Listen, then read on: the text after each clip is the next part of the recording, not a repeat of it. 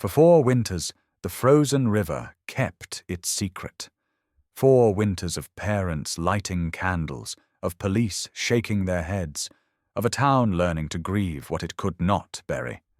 Everyone believed the McKinley girls were gone. Everyone except one dog. Scout never once stopped pacing the riverbank. Not in blizzards, not in darkness, not when Riley begged him to come inside. The locals said he was haunted. Riley feared they were right. But on the first thaw of the 5th year, Scout stopped pacing.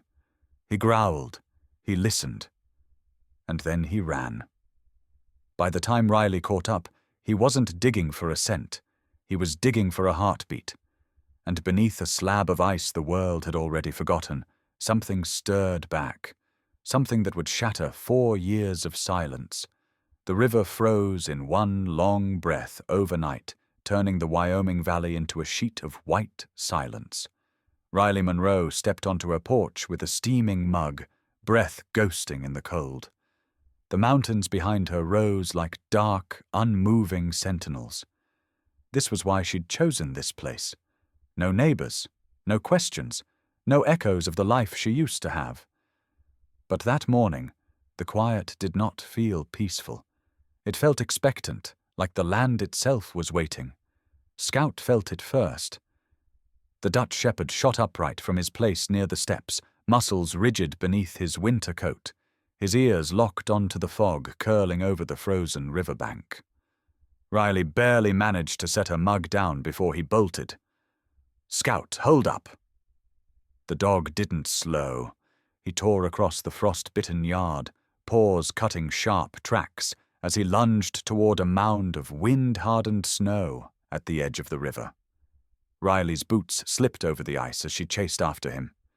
When she reached him, Scout was already clawing at the mound, snow and ice spraying behind him. Not panicked, not playful. Focused, determined. His growl vibrated through the frozen air. Riley grabbed his collar, but Scout twisted free. He dug harder until the frozen crust split with a sound like bone cracking. A slab of ice caved inward, revealing the mouth of a narrow fracture beneath the riverbank. A cold rush of air rose from below, carrying the metallic tang of stone and something sharper, something sterile. Riley's heart stuttered. Scout lowered his nose into the fissure and froze, every muscle taut. Then he barked once, short and sharp. A pause. Then another. It wasn't random. It was the pattern she'd been taught years ago in FEMA field training. Object found, not animal. The hair on Riley's arms lifted. Scout backed up, his tail stiff, eyes locked on something inside the fracture. Riley crouched and pushed aside a chunk of broken ice. The beam of her flashlight cut through the darkness. Fabric. Pale blue. Wedged between 2 stones. Her breath caught as she pulled it free. It came loose with a soft, wet sound. A child's handkerchief. Edges frayed but impossibly clean, the embroidery of 2 tiny swans still visible. She brought it, closer. The smell hit immediately. Antiseptic. Fresh. Her throat tightened. Not possible. Not after 4 years. The McKinley girls had vanished without a trace. Avery, 10, and June, 7.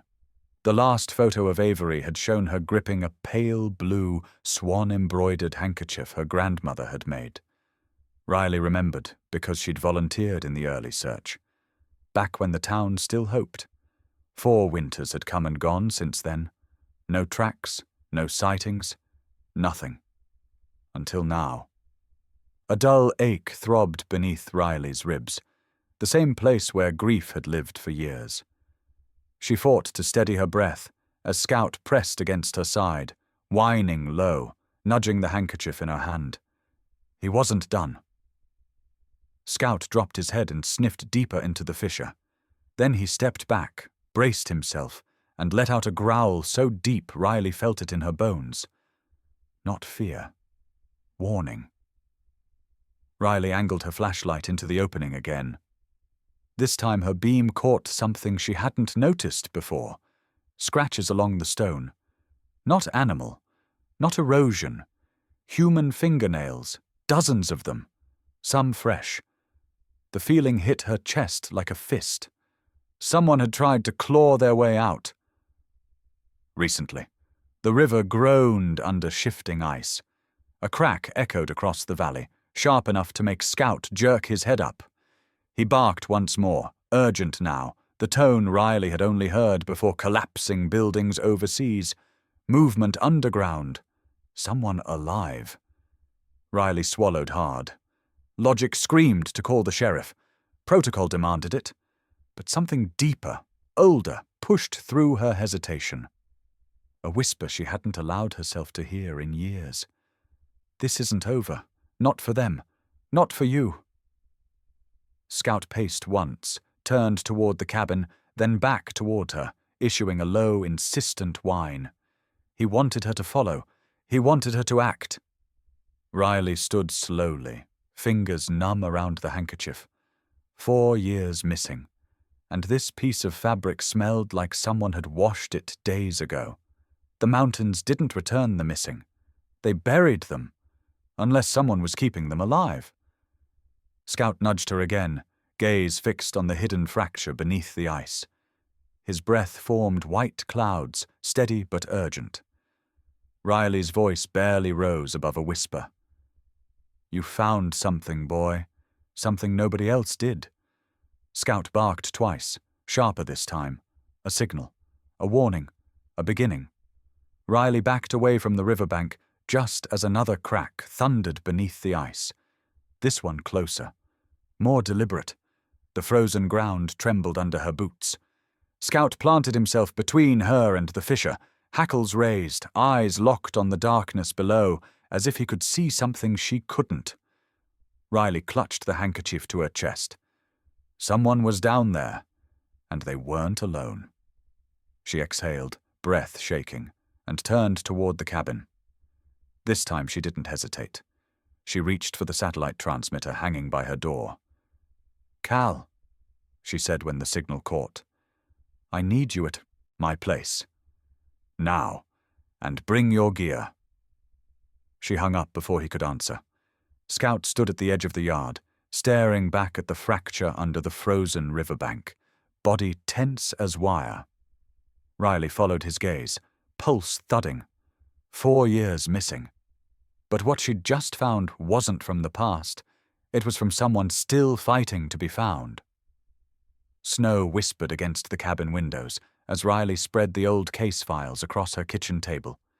The handkerchief lay sealed in a plastic pouch beside her laptop, its pale blue fabric glowing faintly in the lamplight. Every so often Scout lifted his head from the floor, eyes drifting back toward the frozen riverbank, as if the land itself were calling him. Riley tried to focus, but her thoughts kept circling the same impossible truth. 4 years missing. 4 winters. No footprints, no sightings, no remains. And yet the handkerchief was clean. Fresh. Someone had tended to it. Scout shifted again, letting out a sound that was neither a growl nor a whine. Riley knew his catalogue of noises better than she knew her own heartbeat. That sound meant alert. Not danger, but readiness. He was waiting for her to accept what he already understood.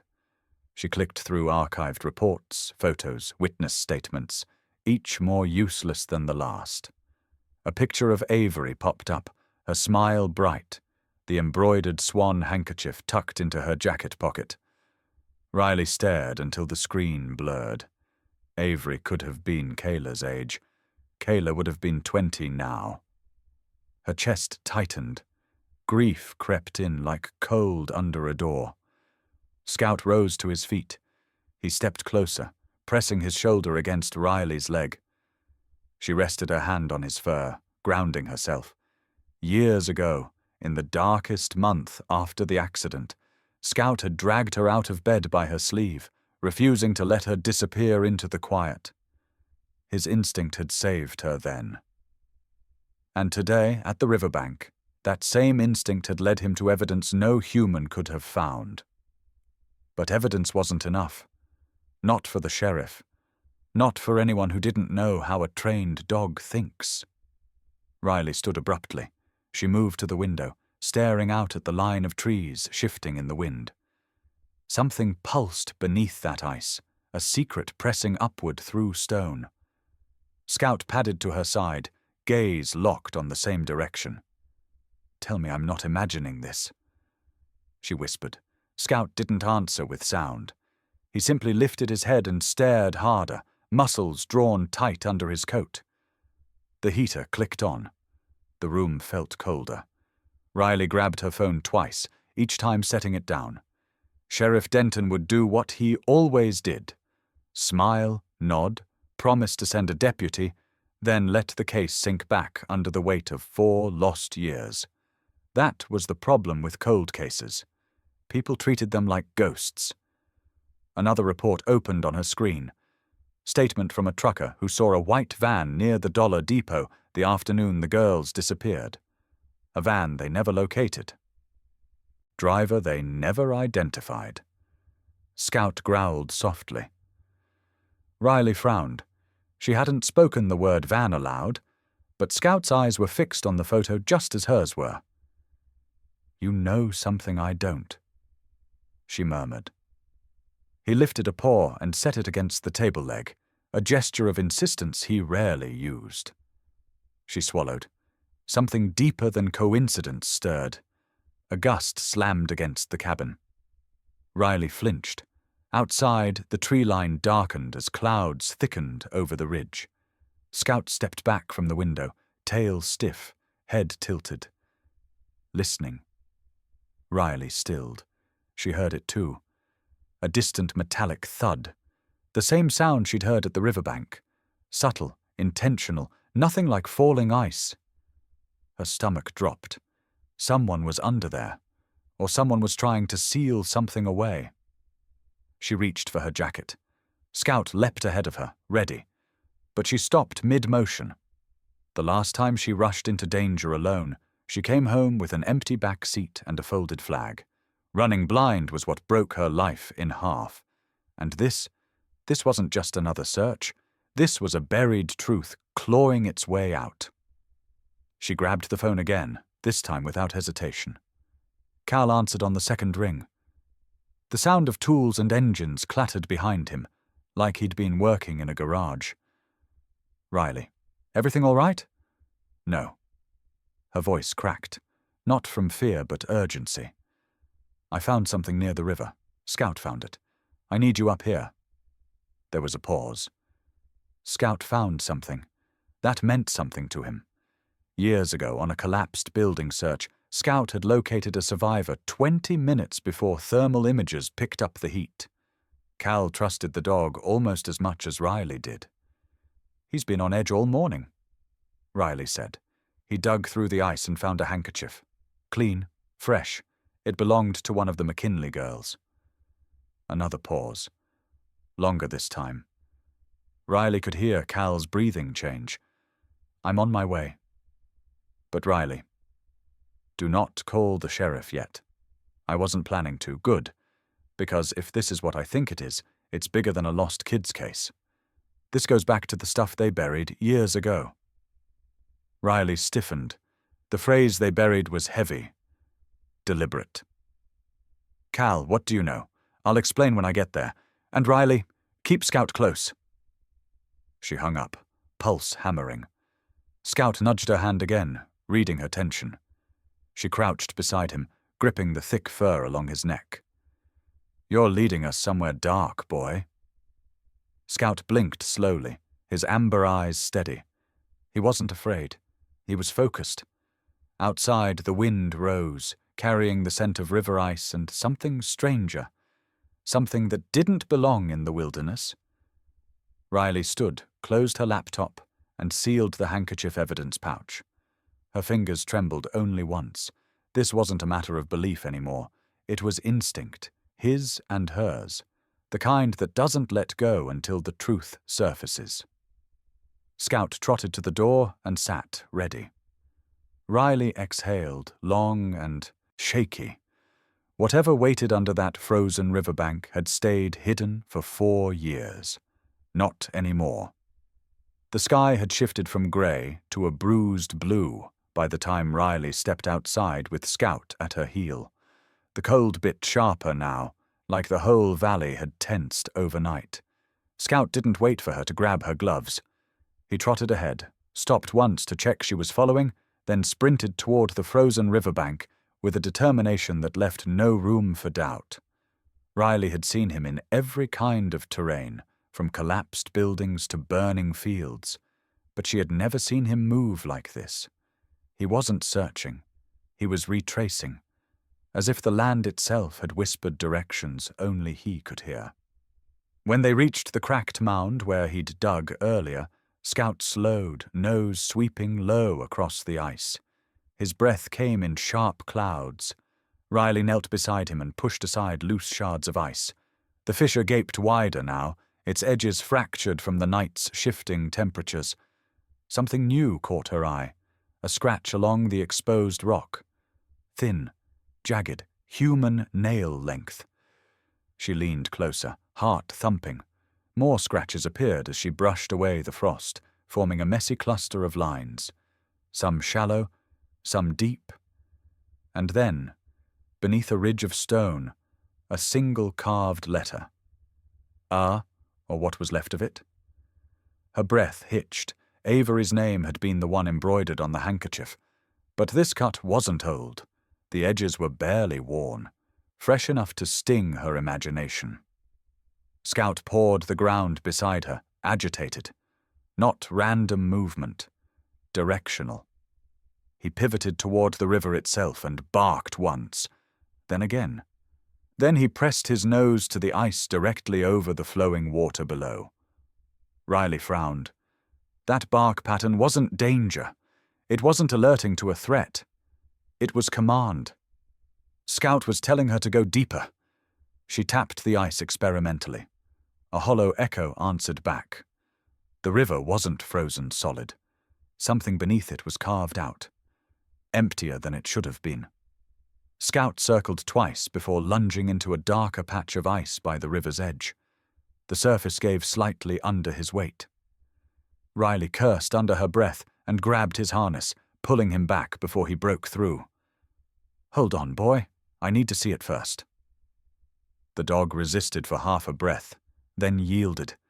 His gaze stayed glued to the frost-covered riverbed. Riley crawled forward on hands and knees, spreading her weight as she scraped frost from the ice. A shape emerged below.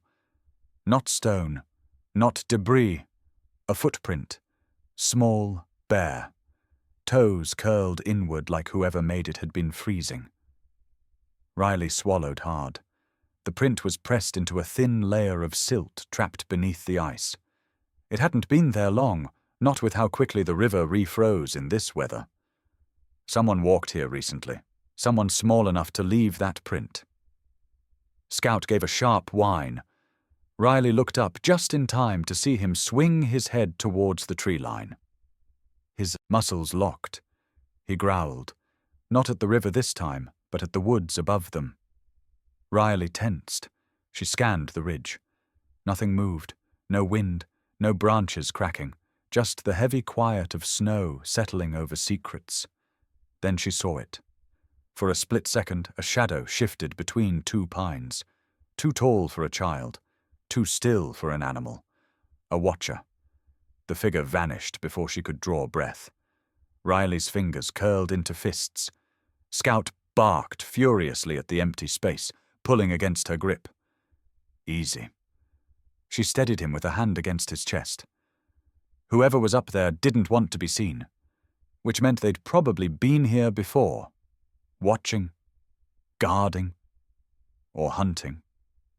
She turned back toward the ice, forcing her mind to stay on the immediate discovery. The letter carved into the stone, the fresh scratches, the small barefoot print under the frozen surface. They weren't random clues scattered by time. They formed a path, a desperate one. Scout nudged her, then moved toward the fissure again, pawing at its edge. Riley slid beside him and lowered her ear toward the dark opening. Silence. Then faintly a rhythm. A slow tap. A pause, then a second tap. Metal striking stone. Riley jerked back. The sound was unmistakable. Someone was signaling. Someone with enough strength to create noise, but not enough to escape. Scout whined urgently and pressed himself against her side, trembling with focus. Not fear, not confusion. Pure drive. Riley exhaled shakily. You're telling me they're alive. Scout barked once in confirmation. Or maybe she just needed to believe it that badly. She angled her flashlight deeper into the fissure. The beam caught a curve of rock that dipped more steeply than she expected. That wasn't natural erosion.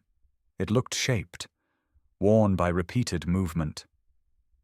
There's a system down here, a whole network under the river. Scout sniffed down the opening and let out a low growl. Riley followed his stare. Far beneath the ice, something flickered. Light. Just for an instant. A faint reflection as if from metal or a distant lantern. Her pulse hammered. The girls had disappeared 4 years ago. The last search teams had combed the forest, the creeks, the trails.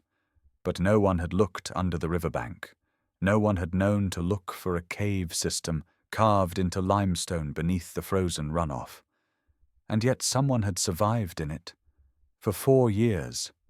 Riley stood, breath tight, scanning the tree line once more. The shadow was gone, but the feeling lingered. They weren't alone. Someone else knew about the underground passages. Someone who'd been using them. Scout planted himself at the edge of the fissure, staring into the darkness as if daring it to reveal more. Riley placed a hand on his back. Good boy. You found their trail. But this was no longer a trail. It was a map drawn in desperation. And whoever carved that letter, whoever left that tiny print under the ice, had been close enough to touch daylight. Scout lifted his head toward the mountains and howled once, long and clear. It echoed across the frozen river like a summons. Riley steadied herself. The evidence was undeniable now. The McKinley girls hadn't vanished into thin air. They had been here the entire time, beneath the frozen riverbank, beneath the town that had given up on them, alive, or close enough for Scout to hear their echoes. Riley wiped her palm against her jeans and pulled out her phone. Her hands shook, but her voice didn't. Cal, you need to get here faster. We're not looking for remains anymore. Scout barked sharply, as if finishing her sentence. They're alive. Cal Grant arrived just after noon, his truck grinding over the frozen dirt road. He stepped out with a duffel slung over one shoulder, breath fogging the air.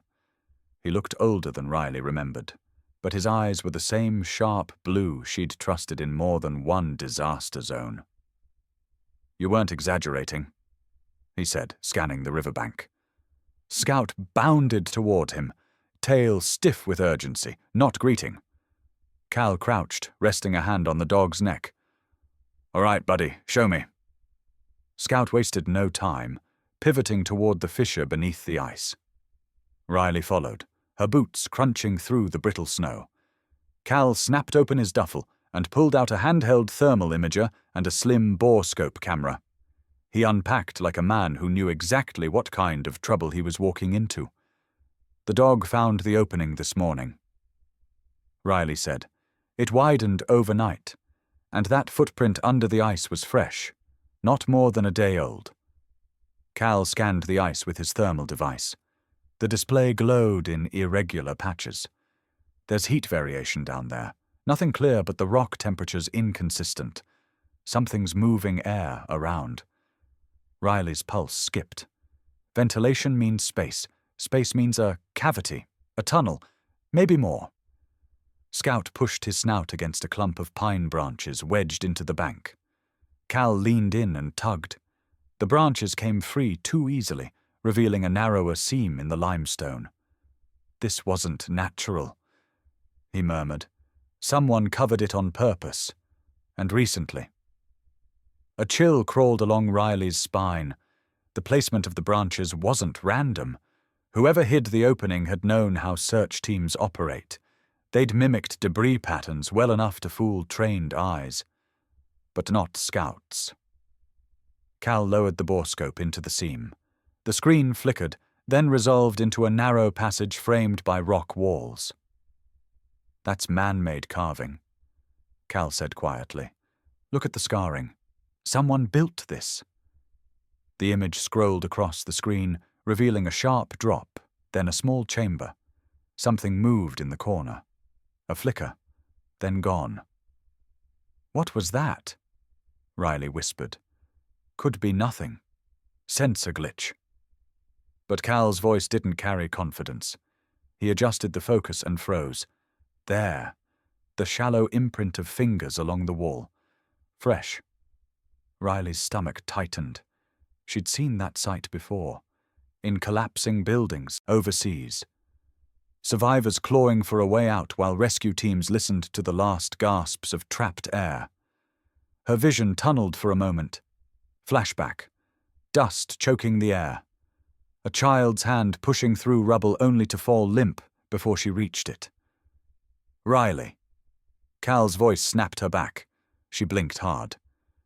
Scout leaned against her leg, steadying her. His warmth grounded her in the present. "I'm fine," she said. "Show me more." Cal angled the borescope deeper.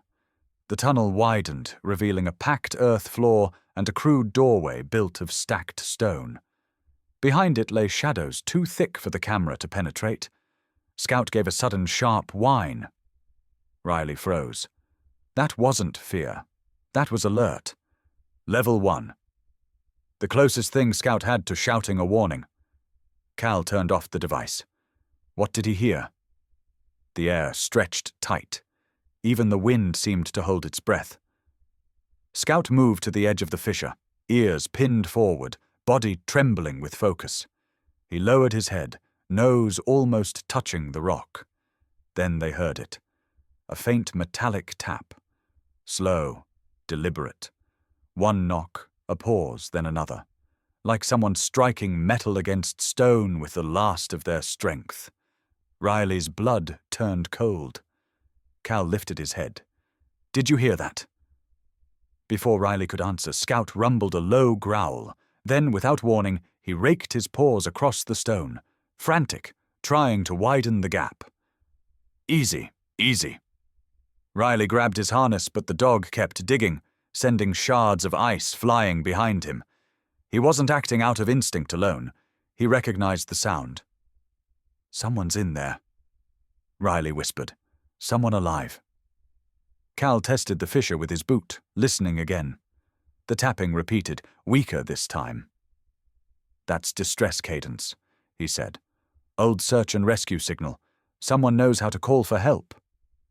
Riley's skin prickled. Avery had been 10 when she vanished. Only 10. "Who taught you that, sweetheart?" Cal stepped back and scanned the ridgeline. "If someone's alive down there, someone else may be guarding the area. Keep your eyes open." Riley's gaze swept the woods. The same uneasy stillness hung in the air. Scout suddenly stiffened again, body coiled like a spring. He stared toward a stand of pine trees upstream. Then he barked. One explosive sound. Riley jerked her head. "What is it?" Cal's hand drifted toward the pistol on his belt. He squinted into the trees. Nothing moved, but Scout didn't look away. "He smells someone," Cal said, "and they're close." Riley felt the cold climb her spine. The figure she'd glimpsed earlier had not been her imagination, and if someone was watching, it meant they knew what she and Scout had discovered. Another metallic tap echoed beneath the ice. Faster, more frantic. Riley crouched, pressing her hand to the frozen ground. She whispered, "We hear you. Hold on." Scout let out a sound she'd only heard twice in his life. A sharp, rising cry. Urgency mixed with defiance. The sound of a dog calling out to someone, trapped in the dark. Cal lifted the borescope again and caught a final frame before the device buzzed and went black. The image showed the inside of the chamber. A wooden crate, scratched with the same carved letter Riley had found earlier, A. But beneath the crate was something new, something unmistakable. A strand of hair, long, blonde, a child's. Cal exhaled slowly. Riley, this isn't a hiding spot. It's a holding point, a waiting room, or a prison, she murmured. Scout growled again, louder this time, and from deep within the earth, through stone and ice, came one final metallic knock. It wasn't a plea. It was a demand. Find us. The fissure widened just enough for a human body to slip through if they angled correctly. Cal tested the ice, then nodded to Riley. Scout didn't wait for permission. He pushed his shoulders into the gap first, claws scraping stone, breath steady. His confidence made the space feel less like a grave and more like a promise. Riley followed, sliding on her stomach, her jacket catching on jagged limestone. The cold wrapped around her like a second skin. Cal came last, lowering the gear bag through the opening before easing himself down. Their headlamps clicked on, slicing the darkness into pale beams. The tunnel sloped sharply, the walls narrowing before expanding into a hollow chamber beneath the frozen riverbed. The air smelled stale with a trace of something familiar, antiseptic, and fear. Riley crouched. The beam of her light swept over a pile of small clothes in the corner. Shirts, socks, a pair of torn leggings. Kid-sized.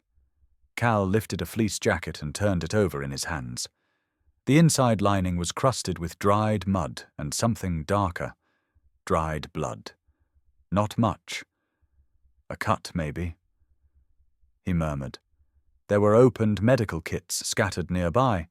Empty antibiotic packets, bandage wrappers, a cracked bottle of saline. Someone had treated injuries down here. Recently. But there was no sign of who did the treating, or who had been treated. Scout padded forward, sniffing deliberately, tracing some invisible path of scent. His tail stiffened, his stance alert. He wasn't confused, he was tracking. Riley swept her light along the back wall. The chamber looked wrong. One part of the wall bulged outward, dirt spilling from seams between rocks. A cave-in? She asked. No. Cal stepped closer. The debris isn't from the ceiling.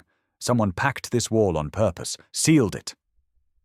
Scout growled, the deep, resonant vibration that meant he was picking up fear scent or human presence beyond the wall. Then he backed up, braced, and let out a sharp bark that echoed off the stone. He wants it opened, Riley said quietly. Cal examined the section again, pulling loose a clump of dirt. Behind it they found knotted roots and chunks of fitted stone that didn't match the natural cave. It was man-built. A barrier. Riley worked her fingers into the gaps, pulling free another rock. The roots resisted, then snapped. A draft of cold air seeped through the hole. There's space behind it, she whispered. Cal widened the opening with a crowbar. Earth fell away in clumps, revealing a second chamber. Scout forced his head through before either of them could warn him back. He froze, nose working, breath rapid. Riley squeezed through next. The second room was smaller, more claustrophobic, and it told a different story, one that made her skin crawl. The walls bore scrape marks, fingernail gouges, tens of them. Some shallow, some deep, as if carved by someone desperate enough to peel away their own skin trying to escape. Riley's throat tightened. She aimed the flashlight lower and saw something half buried in the dirt. A plastic ID badge.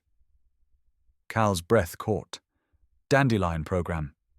That was a federal youth rehabilitation project shut down years ago. They said it shut down, Riley said quietly. Cal shook his head. No, they said it was decommissioned. They didn't say why. Riley knelt and brushed dirt from the badge. It displayed a faded logo and a barcode, but no name. Just a number. 4422M. She turned it over, and a laminated instruction sheet fell out. Guidelines for off-site dormitory management. Her stomach twisted. The wording wasn't for shelters, it was for containment. This wasn't a hideout, Cal said. This was a holding site, an off-grid one. Riley shone her light along another corner. Water-stained notebooks lay half-decayed, pages curling. She picked one up and flipped through. Most entries were illegible, reduced to smears of ink. But one line remained clear. Inventory arrival. 2 minors, ages 7 and 10. Riley went still. Cal swore under his breath. Scout pushed deeper into the room and began pouring at a mound of soil in the far corner. When Riley joined him, she saw what had caught his scent. A metal bowl, small enough for a child, scratched with the letter A. Riley closed her eyes. Avery. Cal stepped back, running a hand over his jaw. This crosses every line, Riley. Kidnapping, federal misconduct, illegal detainment. And if this place operated under the Dandelion umbrella, local cops can't touch it. This is buried deep. Someone wanted it erased. Then why leave this behind? Riley asked, holding up the badge. Cal stared at the sealed chamber walls. Maybe they didn't leave it. Maybe they abandoned this place in a hurry. Something went wrong. Another thought simmered beneath his words. Someone may still be using the tunnels. Riley's heart hammered.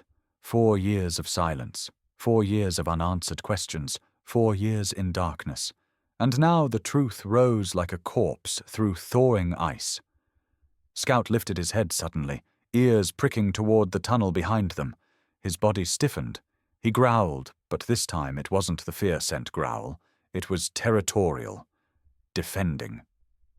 Riley swung her flashlight toward the entrance. A faint sound drifted down the tunnel. Not metal this time. Footsteps. Slow. Careful. Someone descending toward them. Cal killed his light. Riley did the same. Scout planted himself between them and the entrance, a silent guardian carved out of shadow. The footsteps stopped just beyond the first chamber. Riley held her breath. A whisper floated through the darkness. Low, male, familiar enough to make Riley's stomach drop. I told you not to come back here. Cal's hand closed around Riley's arm. That's Ethan Holloway, the former federal investigator on the McKinley case. Riley's pulse slammed against her ribs. Ethan wasn't supposed to be anywhere near this mountain. Scout lowered himself, ready to spring. Ethan's voice drifted again, colder now. If you found this place, then you found too much. Riley exchanged a glance with Cal. The truth wasn't just buried. It had been guarded. The second chamber shuddered as Cal pried loose another slab of stone. Dust rained down in thin trails, catching in the beams of their headlamps like drifting ash. The cold pressed closer now, seeping through Riley's gloves. Scout paced in a tight pattern beside her, tense, restless, his nails clicking against the limestone floor. Almost there. Cal muttered. 1 more rock and we can reach the second cavity. Riley leaned in to help, bracing her shoulder against the wall. That was when Scout froze. Every muscle locked, his ears snapped forward, his body stretched long and low, weight shifted to his front paws. A warning stance, the deepest kind. Riley barely had time to inhale before he released a violent growl and lunged in front of her, blocking her path. Scout, what is it? Then she heard it. A voice carried through the tunnel, warped slightly by distance. Riley Monroe, you shouldn't be here. Her stomach knotted. She knew that voice, even after 4 years. Ethan Holloway stepped into the chamber entrance, flashlight off, silhouette framed by the thin slice of light behind him. He looked worn, hollow-eyed, like the mountain itself had drained the color from him. Cal straightened slowly. Thought you left this case years ago. Ethan ignored him, gaze fixed on Riley. You need to leave. Now. before this gets worse. Scout growled again, louder, placing himself so fully between Riley and Ethan that Riley could see the muscles rippling down his spine. Riley raised her light, illuminating Ethan's face. His jaw was tight, but the lines around his eyes told a different story. Not anger, conflict. "You were guarding this place," she said. "You knew about the tunnels." Ethan stepped forward. Scout bared his teeth. "Riley, listen to me. You found a room you were never meant to find. The people who built this program, they don't let anything resurface. Not evidence, not witnesses." He glanced toward the sealed cavity Cal had been opening. And definitely not the ones still alive inside that wall. Cal shot him a hard look. So the girls are alive. Ethan's throat worked. "I didn't say that." But he didn't deny it. Scout's growl deepened, echoing off stone. Then he lunged, forcing Ethan back 2 steps. Ethan held up his hands. "Control your dog." "He's doing exactly what he should," Riley snapped. "He knows when someone's lying." Ethan's jaw clenched. "You think I want this? I came back because they told me to close the site before anyone found it. I'm trying to keep you alive." "If you want to help," Cal said, "move aside so we can get these kids out." Ethan's expression hardened into something bleak. "There's no getting them out. Not today. Not like this. You don't understand what's above us." Riley froze. "Above us?" Ethan hesitated. Then she heard it. Heavy footsteps. More than one pair. Slow, deliberate, coming from the main tunnel like a descending threat. Scout whipped his head toward the sound and barked sharply. The urgent signal that meant incoming danger. Ethan swore under his breath. "They followed me." "Damn it!" Cal grabbed his flashlight and weapon. "How many?" "Enough that you won't make it out unless you let me lead you." Riley stared at him. She wanted to hate him, wanted to believe he was part of this corruption, but his face held something she hadn't expected. Fear, not for himself, for them. The shadowed figures drew closer. Scout backed toward Riley, snarling, ready to charge if she said the word. Ethan stepped forward, lowering his voice. "I can stall them. 30 seconds. Maybe less. But you need to make that hole big enough and get into the next chamber. It has another exit route." Riley's pulse hammered. "Why are you helping us?" "Because," Ethan whispered, voice breaking at the edges. "You're the only one who kept looking for those girls. The only one who didn't give up. And He swallowed hard. "I wasn't allowed to keep looking." For the first time, Riley saw the truth. Ethan wasn't the architect of this nightmare. He was another piece in a system designed to bury evidence and silence survivors. Footsteps thundered in the tunnel. Scout barked again, fierce and explosive. Ethan grabbed Riley's arm. "Go, now!" Cal jammed the crowbar under the stone slab and heaved. The wall cracked. Dirt spilled like a collapsing throat. Scout shoved his body into the opening, widening it enough for Riley to squeeze through. Ethan turned towards the tunnel, bracing himself between them and the approaching danger. Riley stared back. "You don't have to do this." He gave a small, pained smile. "I'm already gone in their eyes. Might as well choose where I fall."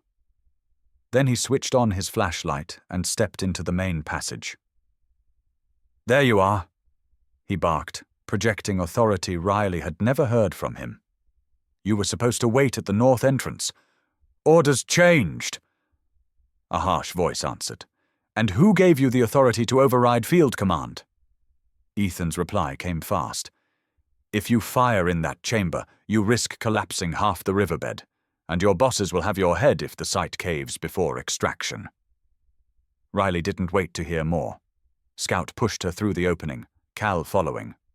The 3 of them scrambled into the second cavity, just as a muffled shout erupted behind them. "What are you doing? Get back here!" Then a scuffle, a grunt, boots sliding on stone. Scout growled, trying to turn back, but Riley grabbed his harness. No, he made his choice. We honor it by moving. Cal found the secondary tunnel described by Ethan, a narrow slit leading deeper underground. Riley took one last look through the crack in the wall. A single flashlight lay on the floor of the first chamber, beam flickering. Ethan was gone. Not dead. Not captured. Gone. Cal whispered, "That was a hell of a twist." Riley nodded, throat tight. Scout pressed his head into her leg, grounding her through the icy fear. Then they moved forward into the dark, leaving behind the man who had once been a threat, then a warning, and now, for reasons she could not yet understand, a reluctant savior. The mountain swallowed the sound behind them, but the truth chased them still. The tunnel narrowed again, the ceiling dropping low enough that Riley had to crouch to keep moving. Cal scanned ahead with the dim beam of his headlamp, but it was Scout who set the pace, nose low, body tight with purpose. His ears flicked back once toward Riley, checking she was still with him. Then he surged forward. The air changed first. Warmer, damp, tinged with something human. A mix of sweat, stale breath, and fear long held. Scout slowed, lifted his head, and released a sound Riley had only heard twice in her life. A wrought, rising cry that fell somewhere between a howl and a bark. A sound meant for one thing: living survivors. Riley's pulse jumped. That's it. That's his find alive call. Cal, get the tools. Scout threw his weight against a thin fissure in the rock wall, claws scraping. The stone vibrated under his paws. Riley pressed her ear to the surface. Nothing at first. Then a faint thump. Another, weak but steady. Somebody's on the other side, she whispered. Cal wedged the crowbar into a seam. Riley used her gloves to pull loose, crumbling soil. The river above them groaned, ice shifting like a warning.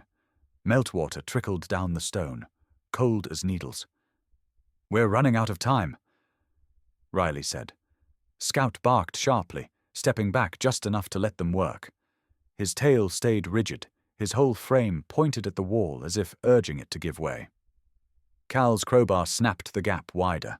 A chunk of stone clattered inward, revealing darkness beyond. Then a thin, trembling voice drifted through. "Hello?" Riley froze. Her throat tightened. It was a child's voice. Not imagined, not echo. Real. She dropped to her knees, pulling away more rock. Dust choked the air. A second small voice sounded, whimper soft. "Please, help us." The opening finally widened enough for a flashlight beam to break through. Riley aimed it inside. Two faces stared back. The older girl, maybe 11 now, clutched her injured arm to her chest. Her eyes were sunken but alert, guarded yet hopeful. Beside her, the younger one huddled close, no more than 7, wrapped, in a threadbare jacket too thin for this cold, both of them alive. Scout pushed forward until his muzzle poked through the hole. His ears perked, and he whined softly, tail giving a hesitant wag. The older girl gasped. "That's him." Her voice cracked. "The dog in the picture." Riley blinked. "What picture?" The girl lifted a dirty scrap of laminated paper. It was a faded photograph torn from some old report file. Riley recognized it instantly. Scout wearing his FEMA harness from Riley's search and rescue days. She felt her breath hitch. Someone wanted them to trust him. Someone planted that photo down here. Cal widened the gap enough for Riley to slip inside. The chamber smelled of hunger and fear layered over years. The older girl braced as Riley approached, but Scout moved in first. Slowly, gently. He nuzzled the injured girl's hand. She flinched, then exhaled through a trembling smile as he licked the dry blood near her wrist. "He won't hurt you," Riley said softly. "He's here to take you home." The younger girl collapsed into Riley's arms without hesitation. Her body was ice cold. Riley wrapped her in an emergency blanket from her pack, tucking it tight around her thin shoulders. Cal climbed in next and crouched beside the older girl. "Can you walk?" he asked. She shook her head. "My arm. I fell last night when the water got louder. I can't move it." Cal lifted her carefully. She winced, but didn't cry. Not even a sound. Too much had been taken from her already. Riley turned to Scout. "You lead. No wrong turns, no hesitation." He answered with a soft chuff and darted into the corridor ahead of them. The ice above the stone rumbled again, louder now. Meltwater dripped onto Riley's shoulders as they re-entered the narrow tunnel. Each drop sounded like a ticking clock. "Move fast," Cal murmured. "This structure won't hold another hour."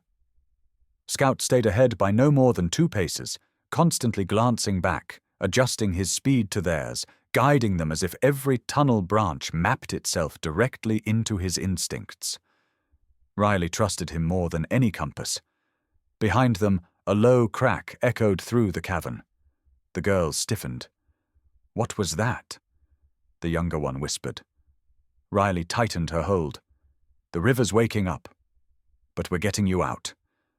Scout barked once, urging them forward. The tunnel angled upward now. Air thinned, fresher. Light flickered ahead. Faint, but real. The world above them. Cal strained under the older girl's weight, but his breathing stayed steady. Riley pushed the younger girl ahead of her, keeping her close behind Scout. They were 10 feet from the exit when the first collapse hit. A blast of air shoved through the tunnel as ice slabs cracked and fell into the riverbed, the sound booming like thunder. Stone dust filled the air. Scout yelped, jumping back just in time as part of the ceiling crashed inches from his paws. Riley shielded the girl with her body. Cal staggered, but stayed upright. "Go, Scout," Riley gasped. "Find the clear path." He darted left, sniffed, backed away. "Wrong!" Tried right. "Wrong!" Then lifted his head sharply, ears high. Found it. He ran toward a narrow opening half hidden by debris and barked 3 times, the pattern for safe passage. Riley didn't question it. She followed him blindly, pushing the child ahead. Cal maneuvered carefully with the older girl, teeth clenched, determination etched on his face. Another rumble, louder. The tunnels shivered. Scout barked again. Urgent. When they broke through the exit, icy wind slapped their faces. Frost-lit branches trembled over the riverbank above. They made it out of the tunnels just as the final collapse thundered behind them, sealing the passage under tons of frozen earth. Cal knelt, catching his breath. Riley wrapped the girls tighter in blankets. Scout pressed against them, warm, steady, his chest rising and falling with the deep rhythm of a survivor completing his mission. The older girl leaned her forehead against Scout's neck. "I knew you'd come," she whispered. She held the photo of him against her chest. He was the only thing they were afraid of. Riley felt her heart break and rebuild all at once. Above them, the Wyoming sky shifted, pale light spreading across the frozen river. The mountain had given up its secrets, and Scout had carried those secrets out on his back. They were not safe yet, but they were no longer lost. And for the first time in 4 years, 2 girls saw daylight again. The helicopter blades beat a low thunder over the frozen valley, scattering loose snow across the riverbank, where hours earlier Riley thought she might die underground. Now, strapped into a rescue harness with the younger girl pressed against her side, she felt the world tilt upward, the ridge shrinking below them like a wound finally closing. Cal followed in the second harness, holding the older girl steady against his chest.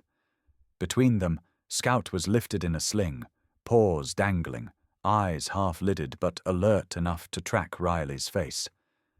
He wasn't whining. He wasn't trembling. He was watching her, the way he always had, as if waiting for the next command that would decide both their lives. The ride lasted 8 minutes. It felt like 8 hours. When they touched down at the federal medic outpost tucked between two frozen pines, a rush of paramedics surged in. Riley hit the ground running, refusing to let go of the younger girl until a blanket and warm IV were ready. The older girl, Avery, they learned, was whisked away with her injured arm stabilized. June, the younger, clung to Riley's jacket until Scout nudged her shoulder with his muzzle. It was the first time June spoke above a whisper. "Is he okay?" Riley knelt beside Scout as the medics lowered him onto a padded mat. His flank was stained with dried blood, a scrape from the tunnel collapse and the earlier fight. A veterinarian in a navy parka brushed back the fur with steady hands. "Good news," she said. "Superficial wounds. No fractures. He's tougher than he looks." Riley felt her knees weaken with relief. "Tougher than all of us," she murmured, running a hand across his ribs. Scout exhaled through his nose, leaning into her palm. Across the outpost, raised voices cut through the cold. A group of agents struggled to restrain a man being hauled out of an SUV, wrists zip-tied behind him. Even from a distance, Riley recognized the slope of his shoulders, the clipped way he tried to reassert controls even when he had none. Ethan Holloway. His face was pale, not from fear, but from the weight of a secret, finally cornered. A field agent ripped a canvas bag from his hands. Files spilled out, maps, intake forms, old medical records, all marked with the sunburst insignia of the Dandelion program. The program no one was supposed to talk about. Riley rose slowly, unsure whether to feel sorrow or anger. The last time she saw him, he had risked his life to stop the ceiling from crushing them. He had given her that one chance to escape. But now, seeing the decades of buried documents laid bare across the snow, she understood the truth. He wasn't innocent. But he was trapped, and he finally chose to step out of the dark. An agent approached her. "Dr. Monroe, we'll need a formal statement soon. Holloway's files confirm a 10-year cover operation. Children moved off-grid, some to remote shelters, one to that underground structure."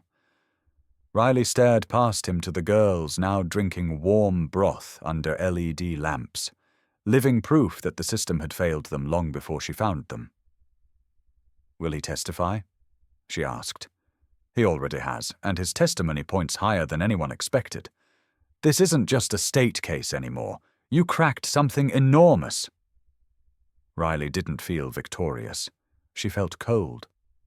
Cal stepped beside her, rubbing frost from his beard. "You did what 4 counties couldn't do in 4 years." Riley shook her head. "No, he did." She pointed to Scout, who was lifting his head as June timidly inched closer. The dog's tail brushed the blanket in a faint wag, enough to bring a smile to the girl's face. Without him, we'd still be staring at ice. The medic approached again, carrying a chart. "Scout's stable, but he'll need rest and antibiotics. He earned himself a couple weeks on the couch." Riley nodded. "He's earned a lifetime." For a moment, the outpost felt suspended in quiet relief. The girls safe. Scout alive. The truth out in the open. Until another agent approached Riley with a phone. "Media's already calling," she warned. "They want interviews, headlines." Riley didn't take the phone. She looked down at Scout, then at the girls who were watching her with wide, fragile eyes. "Tell them no." Cal snorted. "All of them. All of them. I'm not giving them a story. Those girls deserve privacy, not a circus." The agent tucked the phone away with a tight nod. As the sun began to break through the storm clouds, touching the snow with a pale glow, a sudden shift of wind swept across the outpost. Scout stiffened, ears rising. Riley touched his shoulder. "Easy, boy, it's over." But Scout didn't relax. He wasn't afraid. He was listening. Riley followed his gaze to the tree line where the helicopters were parked.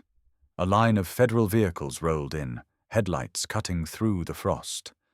More agents, more authority. the next chapter of accountability. Avery and June would finally be recognized, not as ghosts in a file, but as survivors. Riley felt something settle in her chest, a weight she'd carried since the day her own daughter died, a weight she thought would follow her forever. But now, in this thin light, with Scout alive beside her, and 2 children safe because of him, she felt the edges soften. Cal stood beside her. "You realize you've just become a hero to half the federal government?" Riley shook her head. "No, I'm just someone who listened to a dog." Scout nudged her hand again, as if agreeing. His eyes were bright, steady, full of something she hadn't allowed herself to feel in years. Hope.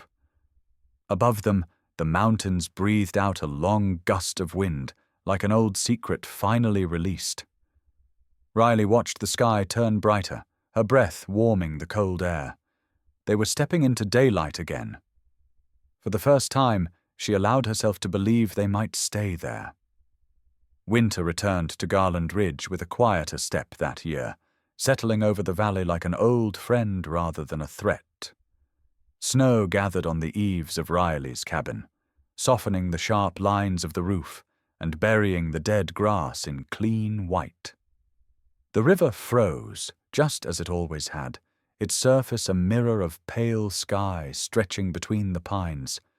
But this winter carried a different silence. Not a silence of loss or fear. A silence that felt earned. Riley stood on the porch with a mug warming her hands, watching Scout nose through the fresh drifts. He moved slower now. A stiffness in his left hind leg from the tunnel collapse still showed when the temperature dipped. But his eyes remained sharp, tracking everything from the falling snowflakes to the subtle shift in wind. He paused, lifted his head, and looked at her, with that same expression he had the morning everything changed. Alert, certain, connected. A reminder that age did nothing to dull the instincts that had saved 2 girls from a lifetime underground. "Speak of the devil," Riley murmured, hearing tires crunching up the frozen road. A familiar red SUV appeared between the trees. The doors opened and 2 girls spilled out, bundled in oversized coats and knit hats. Avery, taller now, her hair grown past her shoulders. June, missing her front tooth, smiling like a child finally allowed to be one. Riley stepped off the porch just in time for June to tackle her legs. "We brought cookies," she announced proudly. Grandma helped. Avery handed Riley a small box wrapped in newspaper comics. "Don't worry, we made Scouts without chocolate." Scout trotted over, tail thumping in, approval. He lowered his head so June could wrap her arms around his neck. He'd grown protective of them, even after they'd moved into a foster home just 10 miles away. Whenever they visited, he shadowed them everywhere. The porch, the riverbank, even the chicken coop. Riley knelt beside him, brushing snow from his muzzle. The grey hairs were spreading now. Not fast, but enough to remind her time marched on whether she wanted it to or not. "He's still handsome," June said, running her mittened hand down his back. "He knows it," Riley replied. The girls followed her inside, where the cabin smelled faintly of pine and the wood stove crackled in the corner. Scout curled near their feet while they played cards at the table, his head resting on Avery's boots. Riley watched them with something warm settling under her ribs. A year ago, these girls had been ghosts. Now they talked about school projects, weekend hikes, and whether they could convince their foster dad to adopt a puppy. A knock on the door interrupted them. Riley opened it to find a small group of high school students shivering in the cold, clutching cameras and notepads. "Hi, Dr. Monroe," their teacher said, breath fogging in the air. "Thanks for agreeing to see us. We're working on a documentary about local heroes. The girls insisted we talk to you." Riley shot Avery a look. She shrugged, smiling. "Fine," she sighed. "But only if Scout gets the first question." They filed into the living room, Setting up a single camera and a microphone, Riley pretended not to notice. Scout lifted his head, ears tilting as if preparing for interrogation. One of the students, probably 17, sat cross-legged in front of him. "Can I ask?" he said carefully. "How did Scout know the girls were there?" Riley leaned against the mantel. Dogs don't explain themselves. They just act when they sense something wrong. He didn't bark to be heard. He barked because someone was waiting to be found. The students scribbled furiously. Another asked, "Did you ever think you'd find them alive?" Riley's throat tightened. She glanced at Avery, and June curled against Scout's side.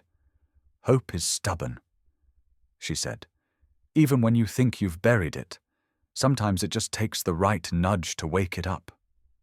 Outside the window, snow fell in slow, drifting sheets, the kind of snow that softened memories rather than buried them. A girl by the camera raised her hand. What did it feel like, coming back to the river after everything? Riley paused. Cal had asked her a similar question once. She hadn't answered him either. "It felt like the mountains were finally willing to tell the truth," she said. And Scout was the only one who knew how to listen. The students were quiet for a moment. Then the boy beside Scout reached out, letting the dog sniff his fingers. Scout leaned forward and licked his knuckle, approving the gesture. The interview wrapped soon after. Avery and June rode home with their foster mother at dusk, waving through the car window until the tail lights vanished behind the pines. Riley and Scout stood side by side in the snow, watching the night settle. When the last echo of the engine faded, Riley crouched beside Scout. "You're slowing down, old man." Scout huffed, offended. "But your eyes?" she whispered, brushing a thumb over his brow. "They're still the same, still seeing what the rest of us miss." He nudged her chest gently, then sat down, facing the frozen river, as if guarding the place where everything had begun. Riley followed his gaze. The ice was starting to crack along the edges, thin fissures glimmering under moonlight. Winter didn't last forever. Nothing did. But some things endured. A dog's loyalty, a survivor's strength, a quiet cabin that once held only grief and now held something like peace. Scout exhaled, a long, slow breath that misted into the night air. Riley rested a hand on his back. "We're still here," she whispered, and the mountains, for once, seemed to agree. The river lay silent, a sheet of winter glass stretching toward the tree line. Thin sunlight glimmered across its surface, catching on faint scars in the ice. Scars no one but Riley, Scout, and two rescued girls would ever truly understand. The wind rolled softly over the bend, carrying the crisp scent of pine and something older, something that felt like memory. Riley tightened her jacket and stepped toward the wooden sign newly staked beside the frozen bank. Handmade by a local carpenter, carved by a volunteer who cried through half the job. The words were uneven but strong, a truth etched into the grain. He barked for the ones no one else could hear. Scout lay a few feet away on a patch of soft snow where the sun still reached. His coat shimmered with streaks of gray now, and his breathing had grown heavier with the season. But his posture remained proud. One paw crossed over the other, head lifted, eyes on the river, always watching the place where he had heard what the world ignored. Behind them, the group of high school students from the documentary class finished setting up their camera for one final follow-up interview. Their teacher adjusted the lens, glancing at Riley for approval. "Only if Scout's in frame," Riley said. They laughed, but they moved the tripod. The students gathered in a semicircle, their breath rising in pale clouds. Some had been there last winter. Some were new, but every one of them looked at Scout with the same reverence locals now carried.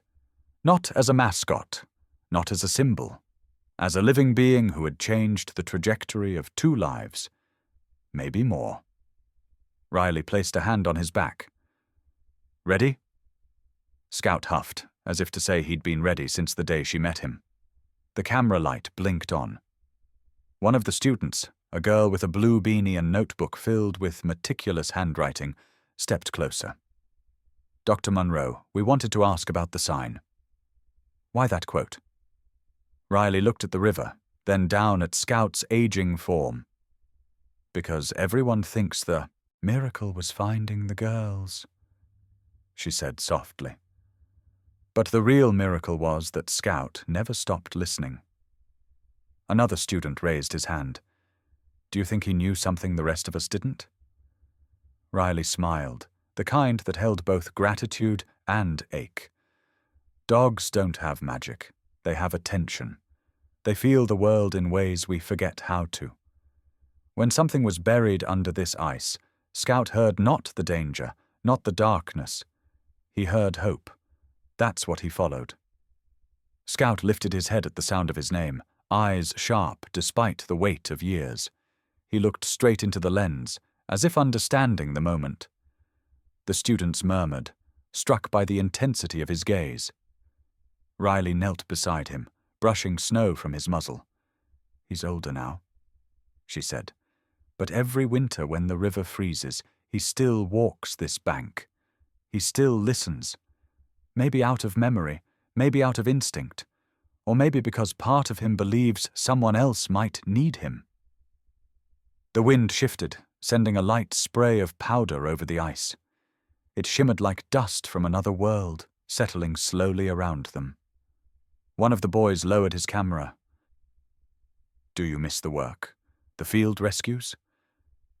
Riley exhaled, the fog of her breath mixing with the cold air. "I used to think I needed the mission, the chaos, the adrenaline. But Scout taught me something different. You don't need a uniform or a badge to make an impact. Sometimes your purpose is to be the person who shows up when no one else does." A moment of quiet followed. Not awkward. Honest. Avery and June's foster mother arrived a few minutes later, waving as she approached. The two girls hopped out of the SUV and ran toward the riverbank, their boots crunching through the snow. Avery knelt beside Scout, pressing her forehead to his. June tucked herself against Riley's side. "We made something for Scout," June announced, handing Riley a folded piece of cardstock. Inside was a drawing of Scout standing on the riverbank, tail raised, the frozen water beneath him glowing with soft blue lines. Two small figures stood behind him, holding hands. "He saved us," Avery whispered, "and we want people to remember." Riley swallowed the tightness in her throat. They already do. The students filmed as the girls placed the drawing inside a weatherproof frame beside the wooden sign. Scout watched them, tail thumping once in the snow. The camera operator lifted his hand. "Final question," he said. "What do you want people to take from your story?" Riley looked out at the frozen river, quiet and unassuming, hiding so much beneath its surface. Then she looked at Scout, the dog who had cracked open a truth no one else had the courage to search for. "That loyalty doesn't always look heroic," she said. "Sometimes it looks like patience, sometimes it looks like a bark in the cold, and sometimes it looks like a dog who refuses to stop searching, even when everyone else has given up." She faced the camera fully now. "So let me ask the world something back. What's your story with a loyal pet?" Scout let out a soft, warm growl, almost like a sigh. The river glimmered. The sign stood firm. And the legacy of one determined dog settled into the heart of the valley, a reminder carved into wood, snow, and memory. Riley stood, brushing snow from Scout's fur. "If you believe in dogs like Scout," she said, her voice steady and gentle towards the lens, "support our channel. Share your stories. Honor your companions, because somewhere out there, someone is still waiting to be found."